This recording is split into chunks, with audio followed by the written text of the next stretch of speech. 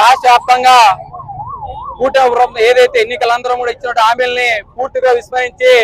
మరి ఇవాళ April fools చేసినటువంటి సందర్భాలు ఉన్నాయి.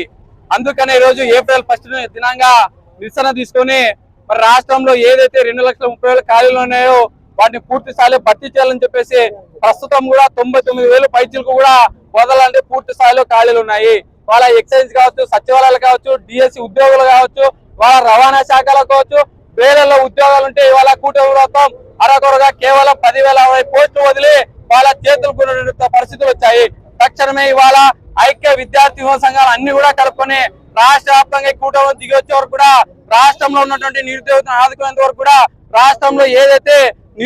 నిరుద్యోగ వృత్తి 3,000 ఇస్తామన్నారో దాన్ని పూర్తి స్థాయిలో ఇవ్వాలని చెప్పేసి మరి అదేవిధంగా ప్రతి సంవత్సరం కూడా 4 లక్షల జాబులతో పాటు ఈ 5 ఏళ్లలో 20 లక్షల ఉద్యోగాలు వాళ్ళ ప్రైవేట్ కంపెనీలు తెచ్చి భర్తీ చేస్తామంటే కూటమి ప్రభుత్వం వాళ్ళ ఎక్కడ పోయిందని చెప్పేసి వాళ్ళ ఐక్య విద్యార్థి యువ సంఘాలుగా అడుగుతాం. తక్షణమే రాష్ట్రంలో ఉన్నటువంటి ఖాళీలను భర్తీ చేయాలా, రాష్ట్రంలో ఉన్నటువంటి యువతను ఆదుకోవాలా, తక్షణమే నిరుద్యోగ వృత్తిని విడుదల చేయాలా, రాష్ట్రంలో